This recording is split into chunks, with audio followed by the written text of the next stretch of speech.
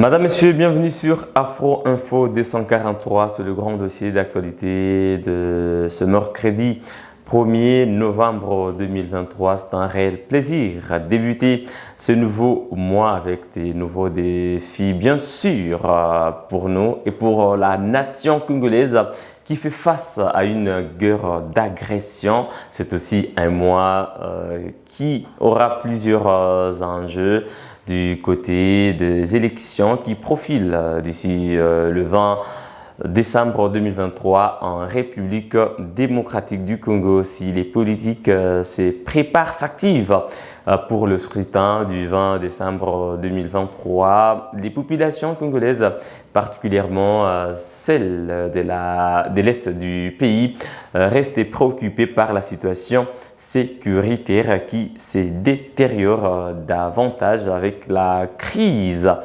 armée qui oppose aujourd'hui les forces armées de la RDC aux rebelles M23 par le Rwanda au nord de Goma, ou encore entre le M23 ou la coalition M23 RDF et les Wazalendo dans le Rutshuru ou encore dans le Massissi. Nous allons brosser toutes ces questions dans ce grand dossier d'actualité avec la situation de ce mercredi 1er novembre 2023 dans ce grand dossier d'actualité. Mesdames et messieurs, restez avec nous.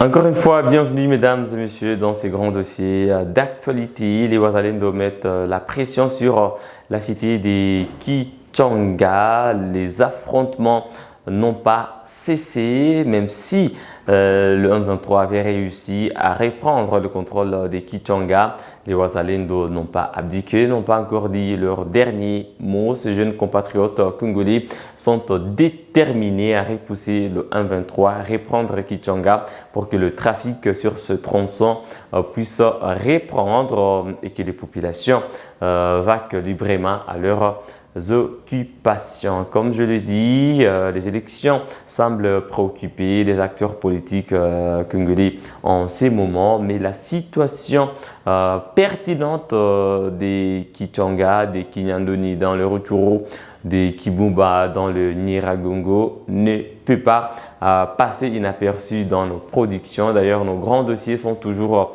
consacré sur la situation sécuritaire dans la province du Nord Kivu depuis la résurgence du M23 parce que nous estimons que c'est la situation qui intéresse du plus haut niveau toute la population congolaise aujourd'hui, même de la diaspora, que vous soyez aux États-Unis d'Amérique, en Allemagne, en France, en Belgique, en Afrique du Sud, en Angola. Toutes les caméras sont braquées sur la province du Nord Kivu aujourd'hui. Si les Wazalendo mettent pression sur le M23 par le Rwanda autour de la cité de Kichanga, les forces armées de la RDC ont empêché une progression des militaires de la force spéciale de l'armée rwandaise au nord de Goma, c'est aux abords de Kibumba dans le territoire de Nyiragongo. L'armée ne va pas rester indifférente face aux attaques du M23 soutenues par le Rwanda, des attaques qui visent bien sûr ses positions en dépit du cessez-le-feu qui reste du reste bien sûr d'observation parce que l'armée observe toujours le cessez-le-feu, la trêve, mais reste attentive et en alerte maximale face aux attaques de ces positions par des éléments de l'armée spéciale rwandaise qui opèrent en République démocratique du Congo. Des images de drones ont été visibles et vous avez bien sûr vu à travers de grands dossiers d'actualité sur Afro Info 243. Et jusqu'à présent, les éléments de l'armée rwandaise continuent d'opérer dans la région de Kibumba jusque dans le territoire de Rutshuru en renfort au M23, bien sûr, qui mène une guerre d'agression et d'occupation dans la province du Nord Kivu. Mesdames et messieurs, il faut également noter que l'armée reste déterminée à en découdre contre cette force négative qui tente de récupérer des positions des FARDC, bien sûr.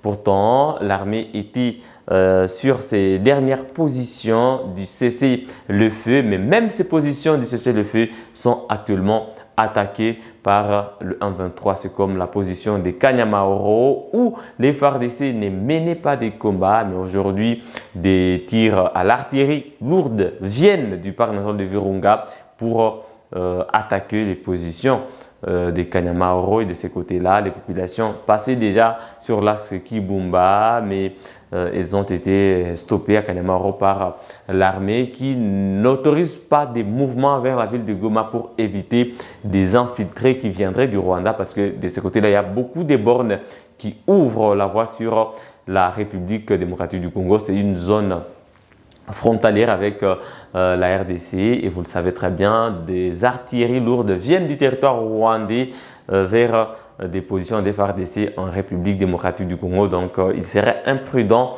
pour l'armée de laisser des mouvements des populations vers des camps qui ouvrent la voie sur la ville de Goma. Question d'éviter des infiltrés. Voilà donc la situation de Kibumba ce 1er novembre 2023, mesdames et messieurs. À Kinyandoni aussi, il y a toujours des affrontements et des détonations d'armes lourdes sont entendues sur cet axe, parce que le Wazalendo tente de foncer pour récupérer Kiwanja, qui est une autre cité très stratégique.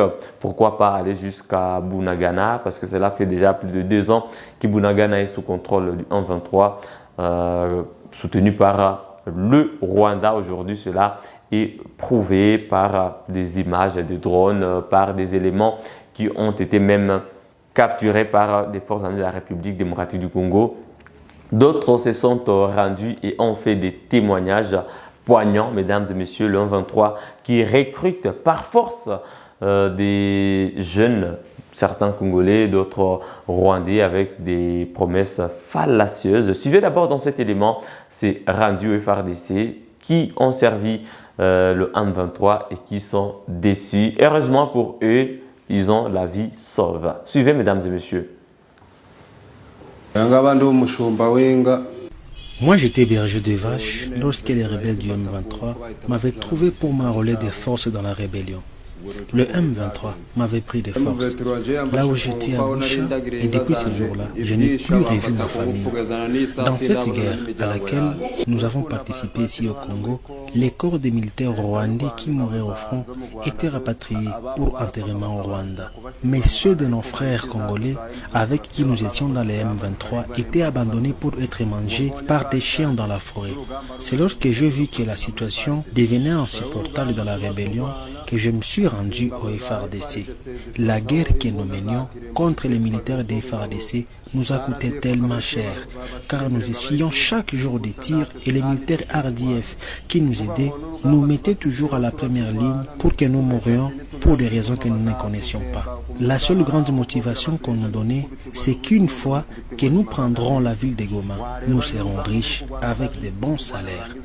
En lieu et place de nous donner des salaires, nilikuwa mtoto mdogo na siwe wa kisoda, kisha wakinikuwa nikamata wakiniwewa mkazi hao. Mimi nilionaka na tuko naenda kwa vita, wengine wako na kufa na bunduki hakuna masasi, nikiona na siwezi kufa na ningali mdogo nikitoka vile. Juu tuliwatoka wale Wanyarwanda, alisemaka se walikuwa nasema se tukifika Ruwaya na Goma watakamata ile mali yote baiwewe Kagame, sie tubakie vile. Na sisi tukiona genzi tuko M23, genzi tuko watumwa yao, njo tukitoka vile. Tulikamata zile masira za FARDC, zilikuwa na zile machuma za ndani za kupiga malisasi.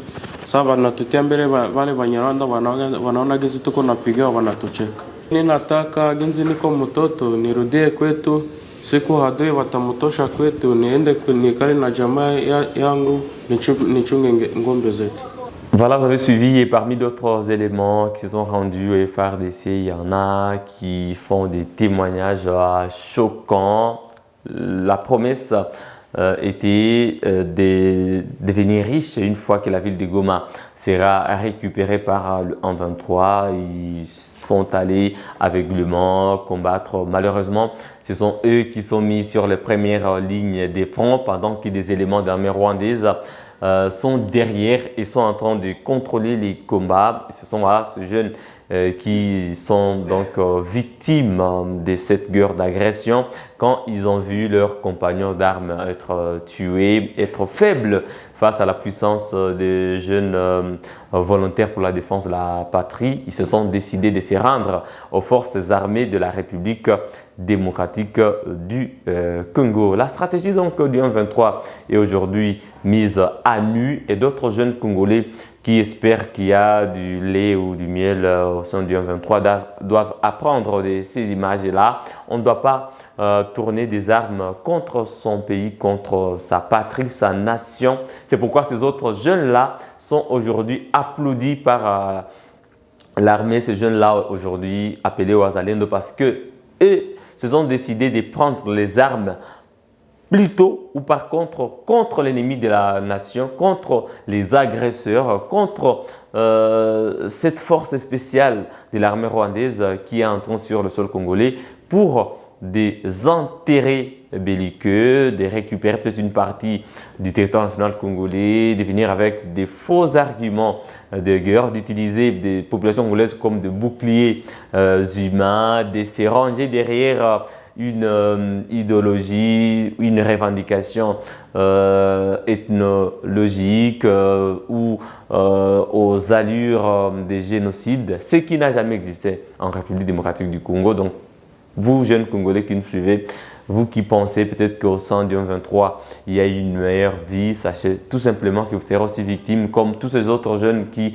sont décédés sur les lignes de front à Kibumba, qui ont été récupérés, dont les corps gisent sur des sols aujourd'hui et vous mourrez. Pourquoi? Il n'y a pas même des raisons. Tant mieux mourir pour son pays comme ces jeunes volontaires pour la défense de la patrie qui ont accepté d'aller dans la brousse, de quitter leur confort familial et aller défendre l'intégrité du territoire national congolais qui est menacé par le Rwanda. C'est clair, noir sur blanc aujourd'hui avec toutes les preuves en appui. Vous avez suivi donc, mesdames et messieurs, ce qui se passe avec le 1-23 qui procède par des recrutements forcés, le 1-23 qui sacrifie certains jeunes Congolais recrutés sur des bases des mensonges aujourd'hui qui sont donc dévoilés. Et restons toujours sur cette piste, l'armée congolaise se défend aujourd'hui contre des attaques du 1-23 avec des artilleries qui proviennent du territoire rwandais. Mais l'armée reste dans sa posture de cesser le feu, mesdames et messieurs. Jusqu'à aujourd'hui, l'armée respecte la trêve.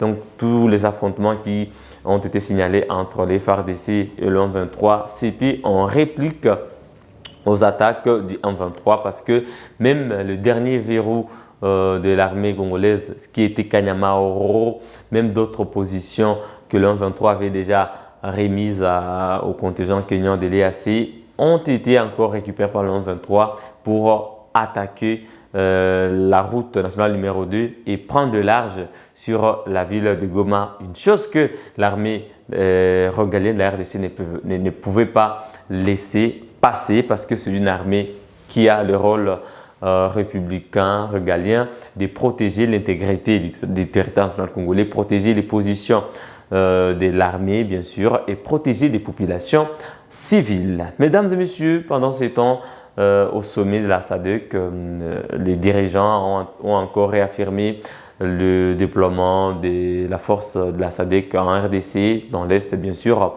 pour rétablir la paix. Qu'est-ce que vous en pensez? Pendant que l'opinion nationale congolaise est en train de controverser, en tout cas, la force de l'EAC, est-ce que c'est le bon moment encore de déployer une autre force régionale dans l'Est de la RDC?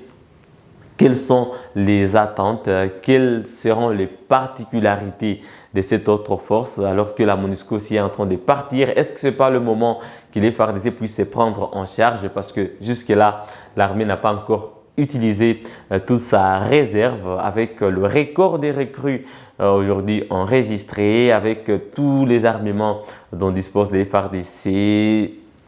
Rien n'est encore utilisé parce que l'armée n'est pas en guerre contre le M23.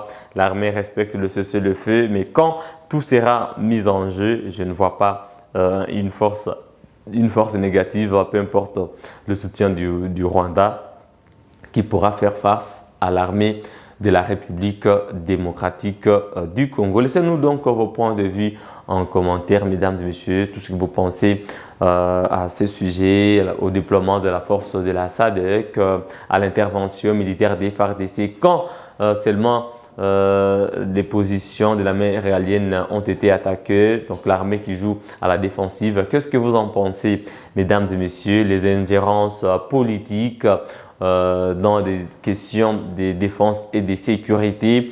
Nous sommes au mois de novembre 2023, les enjeux des élections déjà, les politiciens qui vont battre campagne à partir du 19 novembre et qui vont peut-être placer dans les oubliettes la question sécuritaire ou qui vont s'en servir pour gagner la confiance des populations, alors qu'il y a plusieurs mois que cette question trouble toute l'opinion congolaise, mais certains politiciens sont restés bouche bée, ne parlaient pas et ne mettent pas pression sur les décideurs politiques qui peuvent changer la donne. Mesdames et messieurs, laissez-nous vos points de vue en commentaire. C'était le grand dossier d'actualité de ce mercredi 1er novembre 2023.